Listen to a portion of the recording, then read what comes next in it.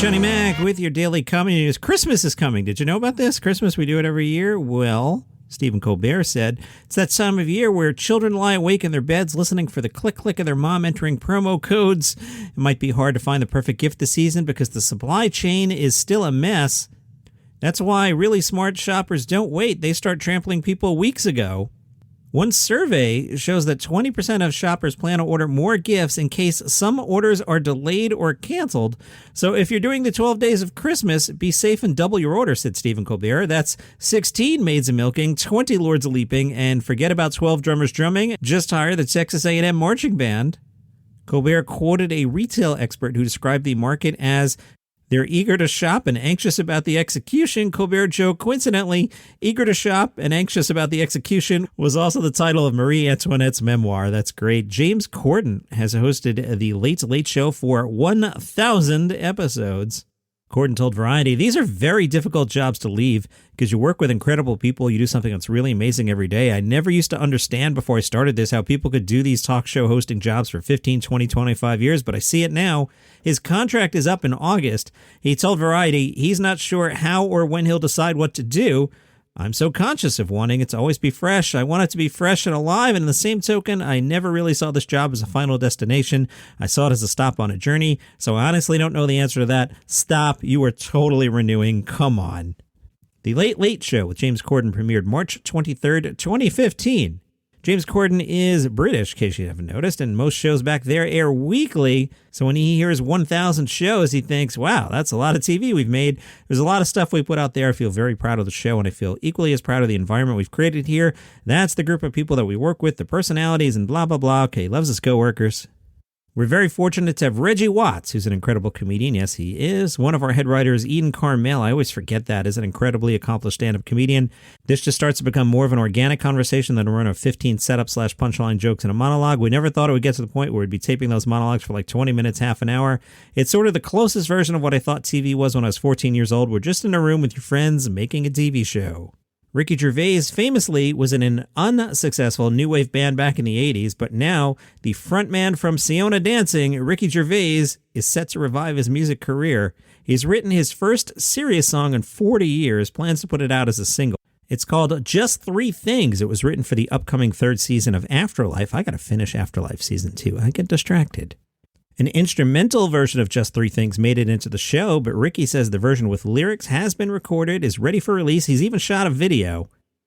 However, he won't be singing it. He wrote the song with the former drummer for Razorlight, Andy Burroughs, who provides the vocals. Burroughs also worked on the soundtrack to David Brent Life on the Road, which is pretty good if you haven't seen that Office spinoff. And he was the drummer in the film's fictional band Foregone Conclusion. Ricky told The Sun, I'm worried about putting it out because I'm embarrassed as it's a real song. I can put out ironic songs as David Brent, but I haven't written a serious song in 40 years, so I'm thinking, what if it's crap?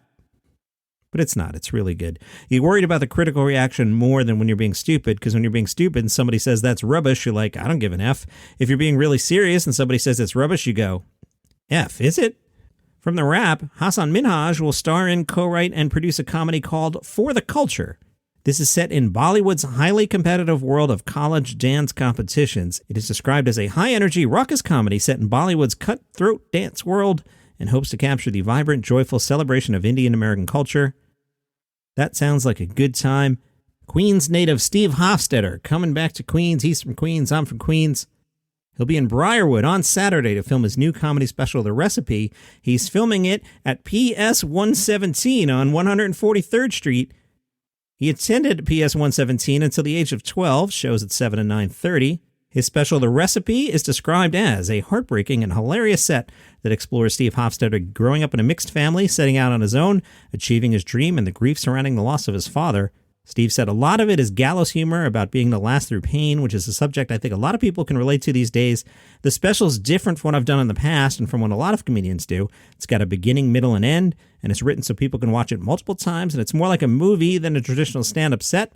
He decided to film the show at PS 117 since it was the first stage when he was in his first play 35 years ago. That's kind of cool. The show will double as a fundraiser for the school and the Teachers Donors Choose program. Steve said instead of just buying tickets, someone can donate to any of the Teachers Donors Choose programs and be able to redeem that donation for a ticket. Not only does it raise money for the teachers and their projects, but also allows for people who couldn't afford a ticket to come and see the show. A lot of people had a rough year and a half. It allows us to raise money for the right people and help those who need it. Today's Daily Comedy News is brought to you by Palace Intrigue. That's the daily 5-minute show. I am the writer for it. We talk about the royal family, which means we make fun of Harry and Meghan. I mean, come on, man. Every day, they just do something. It's like, do you not want us to make fun of you? I try not to, but it's like, come on, man. Palace Intrigue, wherever you get your shows.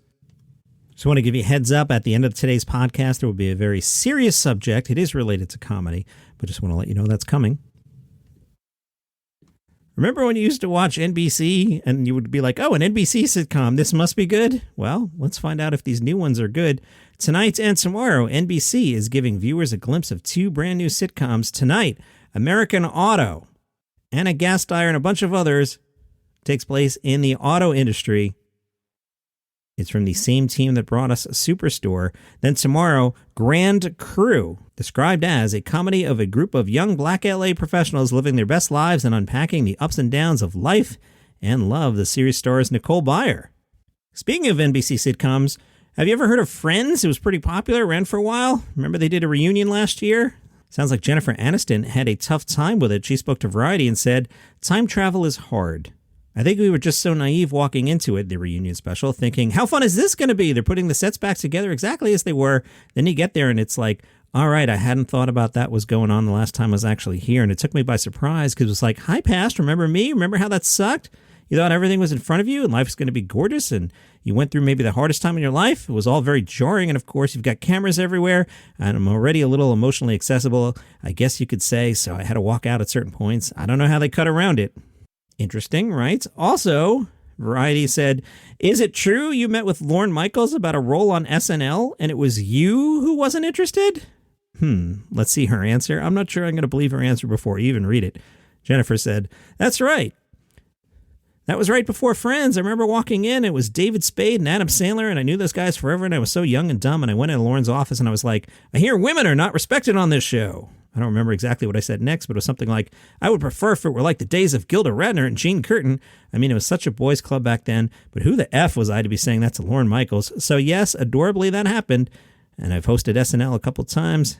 I love it so much. Next, that serious subject from Jezebel.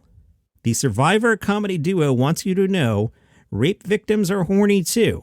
Kelly Bachman says, people a lot of times ask me if I'm a comedian because of trauma. No, actually, I'm funny because I'm funny.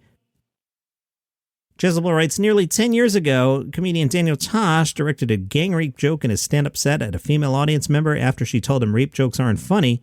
He said, wouldn't it be funny if that girl got raped by like 5 guys right now?